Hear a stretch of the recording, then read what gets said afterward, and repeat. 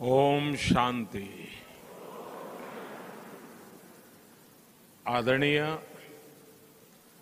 राजयोगिनी दादी रतन मोहिनी जी, ब्रह्मा कुमारी के सभी वरिष्ठ सदस्यगण और इस सभा में भारत के कोने कोने से आए हुए मेरे प्यारे भाइयों और बहनों,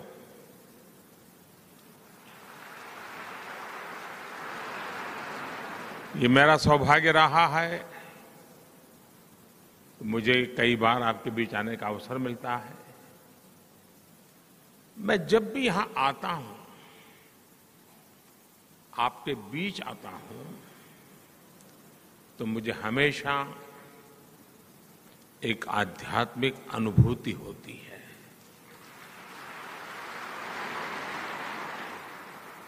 और ये पिछले कुछ महीनों में दूसरी बार है जब मुझे ब्रह्मा कुमारी के कार्यक्रम से जुड़ने का अवसर मिला है। इसके पहले अभी फरवरी में ही आपने मुझे जल जन अभियान को प्रारंभ करने के लिए आमंत्रित किया था। मैंने तब विस्तार से इस बात को याद किया था कि ब्रह्मा कुमारी संस्था से कैसे मेरी आत्मीयता में एक निरंतरता रही है। इसके पीछे परमपिता परमात्मा का आशीर्वाद भी है और राजयोगिनी दादी जी से मिला स्नेह भी है। आज यहां super speciality charitable global hospital का शिलान्यास हुआ है। आज शिवमणि होम्स और नर्सिंग कॉलेज के विस्तार का भी काम शुरू हुआ है। मैं इन सभी कार्यों के लिए ब्रह्मा कुमारी संस्था और उसके सभी सदस्यों का हृदय से अभिनंदन करता हूं। साथियों, आजादी के इस अमृत काल में भारत की सभी सामाजिक और धार्मिक संस्थाओं की बहुत बड़ी भूमिका है। आजादी का यह अमृत काल देश के हर नागरिक के लिए कर्तव्य काल है। इस कर्तव्य काल का मतलब है हम जिस भूमिका में हैं उसका 100% निर्वहन और उसके साथ साथ समाज के हित में, देश के हित में अपने विचारों और जिम्मेदारियों का विस्तार, यानी हम जो कर रहे हैं उसे पूरी निष्ठा के साथ करते करते ये भी सोचना है कि हम अपने देश के लिए और क्या ज्यादा कर सकते हैं। आप सभी इस कर्तव्य काल के प्रेरणा पुंज की तरह हैं। ब्रह्मा कुमारी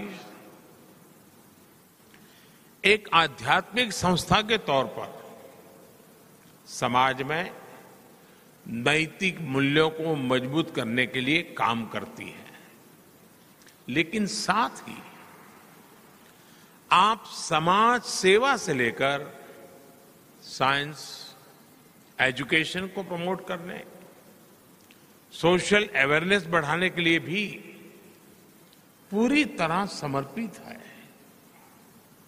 माउंट आबू में आपका ग्लोबल हॉस्पिटल रिसर्च सेंटर, ये वाकई उसका एक बहुत बड़ा उदाहरण है। और मुझे बताया गया कि इंस्टीट्यूट के जरिए यहां आसपास के गांवों में हेल्थ कैंप किए जाते हैं, रक्तदान शिविर लगाए जाते हैं। अब जिस super speciality charitable global hospital का संकल्प ने लिया है, वो भी इस क्षेत्र में स्वास्थ्य सेवाएं सुधारने में मदद करेगा। आप सभी इस मानवीय प्रयास के लिए अभिनंदन के पात्र हैं। साथियों, आज हमारा पूरा देश स्वास्थ्य सुविधाओं के ट्रांसफॉर्मेशन से गुजर रहा है। पिछले 9 वर्षों में पहली बार देश के गरीब से गरीब को भी एहसास हुआ है कि देश के अस्पताल उसके लिए भी आसानी से उपलब्ध है। और इसमें एक बड़ी भूमिका आयुष्मान भारत योजना ने निभाई है। आयुष्मान भारत योजना ने सरकारी नहीं, प्राइवेट अस्पतालों के दरवाजे भी गरीबों के लिए खोल दिए हैं। आप भी जानते हैं कि इस योजना के तहत 5 लाख रुपए तक के इलाज का खर्च सरकार उठाती है। इस योजना का लाभ देश के 4 करोड़ से ज्यादा गरीब उठा चुके हैं। अगर आयुष्मान भारत योजना न होती तो इसी इलाज के लिए उन्हें 80,000 करोड़ रुपए अपनी जेब से खर्च करने पड़ते हैं। इसी तरह जन औषधि केंद्रों पर मिल रही सस्ती दवाइयों की वजह से भी गरीब और मध्यम वर्ग के 20,000 करोड़ रुपए बचे हैं। और मैं हमारे ब्रह्मकुमारी संस्थान की जितनी इकाइयां देश के गांव-गांव में हैं, अगर आप लोगों को जानकारी दें कि सरकार की तरफ से ऐसे जन औषधि केंद्र चलते हैं, स्टैंडर्ड दवाइयां होती हैं, लेकिन बाहर जो दवाइयां आपको 100 रुपये में खर्च होता है, यहां आपको 10-15 रुपये में मिल जाती है। आप कल्पना कर सकते हैं गरीबों की कितनी सेवा होगी। तो हमारी सभी इकाइयां, हमारी सभी ब्रह्मा कुमार हो या ब्रह्मा कुमारी हो, वे लोगों में ये जागरूकता लाएं और देश में स्थान स्थान पर ये जन औषधि केंद्र बने हुए हैं। आपके संपर्क में आए हुए लोग आपको हमेशा आशीर्वाद देंगे। अब जैसे किसी परिवार में बुजुर्ग व्यक्ति है, डायबिटीज की बीमारी है, तो उसको दवाई के पीछे जो खर्चा होता है 1200, 1500, 2000 रुपये तक हो जाता है। लेकिन इसी जनऔषधि केंद्र से अगर वो दवाई लेगा तो उसको शायद वो खर्चा 1500, 2000 से कम होकर के 100 रुपया हो जाएगा। उसका जीवन में बहुत बड़ी मदद होगी। यानी इस बात को आप हर दूर पहुंचा सकते हैं। साथियों, आप सभी इतने वर्षों से स्वास्थ्य के क्षेत्र से जुड़े रहे। आप भली भांति जानते हैं कि हेल्थ सेक्टर की एक चुनौती डॉक्टरों, नर्सों और मेडिकल कर्मियों की कमी भी रही है। पिछले 9 वर्षों में इसी कमी को सुधारने के लिए भी देश में अभूतपूर्व काम हुआ है। पिछले 9 वर्षों में औसतन एवरेज हर महीने एक नया मेडिकल कॉलेज खोला है। 2014 से पहले के 10 सालों में 150 से भी कम मेडिकल कॉलेज बने थे। बीते 9 वर्षों में देश में 300 से अधिक नए मेडिकल कॉलेज बने हैं।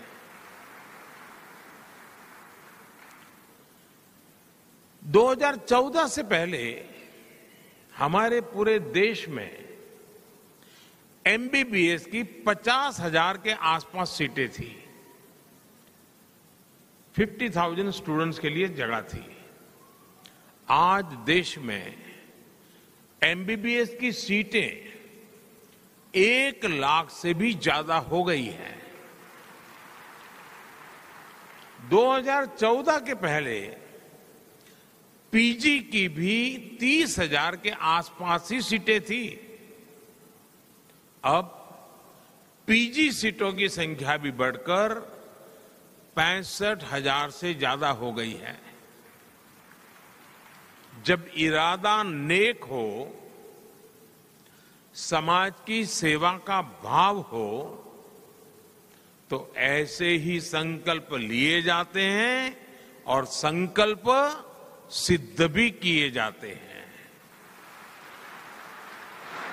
साथियों, आज भारत सरकार हेल्थ सेक्टर में जो प्रयास कर रही है, उसका एक और बड़ा प्रभाव आने वाले दिनों में दिखेगा।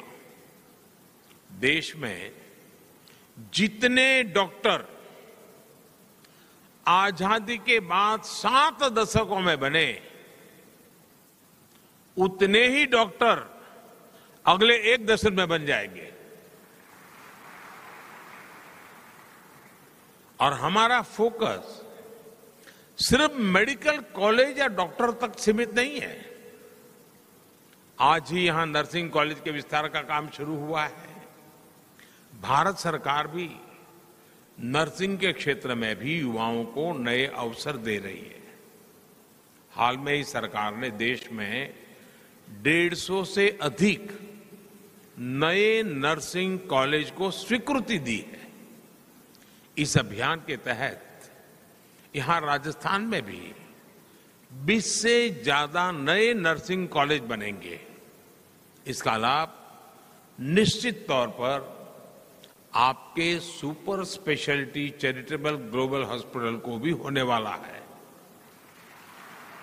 साथियों, भारत में हजारों वर्षों से समाज में शिक्षा से लेकर गरीब और असहायों की सेवा तक की जिम्मेदारी हमारी आध्यात्मिक और धार्मिक संस्थाओं ने संभाली है। मैं तो गुजरात भूकंप के समय से और उसके भी पहले से आपकी निष्ठा और हमारी बहनों की मेहनत का कार्य स्वयं साक्षी रहा हूं। आप लोग जिस प्रकार से काम करते हैं, उसे बहुत निकट से देखा है। मुझे याद है कच्छ के भूकंप की उस संकट की उस घड़ी में आपने जिस सेवा भाव से काम किया, वो आज भी प्रेरणा देने वाला है। ऐसे ही नशा मुक्ति के लिए आपके अभियान हो, पर्यावरण संरक्षण की दिशा में ब्रह्मा कुमारी के प्रयास हो, जल जन अभियान जैसे मिशन हो, एक संस्था कैसे हर क्षेत्र में एक जन आंदोलन तैयार कर सकती है, ब्रह्मा कुमारी ने ये करके दिखाया है।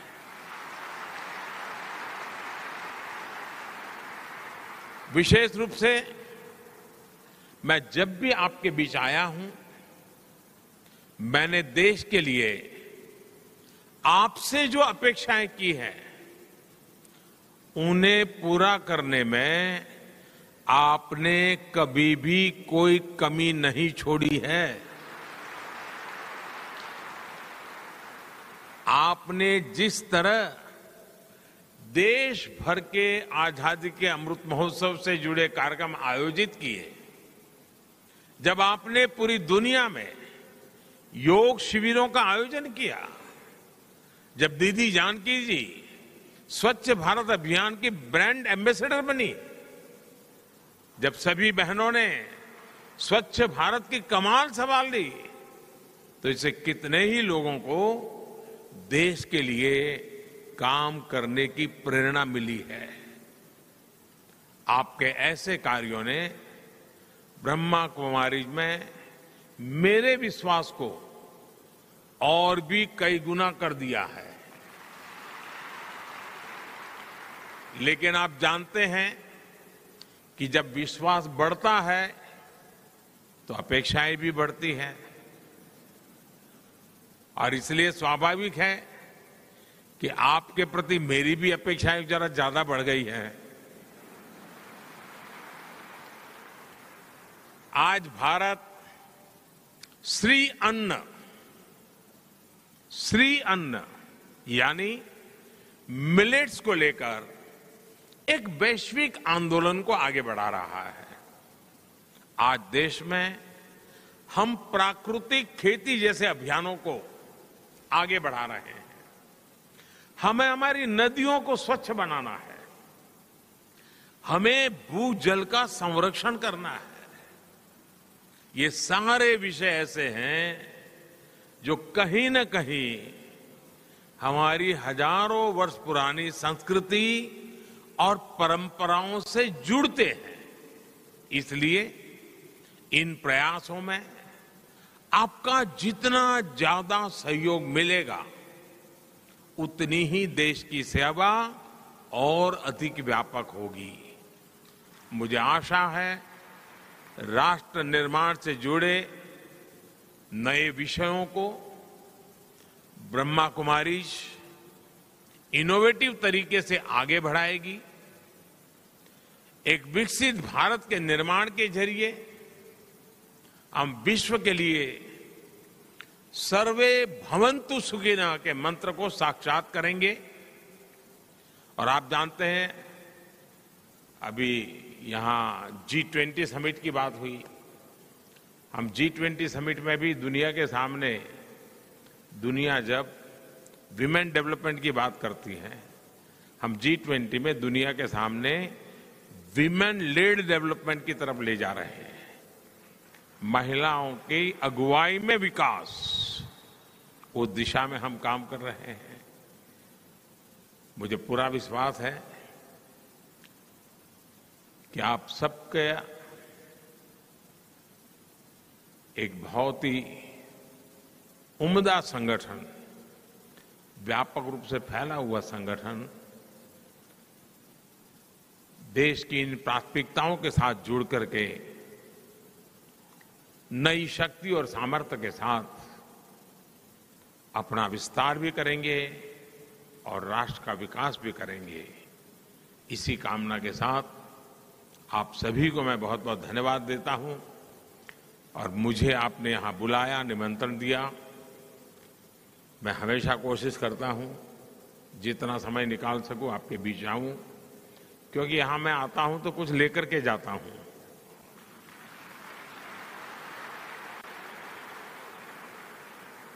चाहे वो आशीर्वाद हो, प्रेरणा हो, ऊर्जा हो, जो मुझे देश के लिए काम करने के लिए दौड़ाती है, नई शक्ति देती है। तो मुझे यहां आने का अवसर दिया, इसलिए मैं आपका आभारी व्यक्त करता हूं। ओम शांति।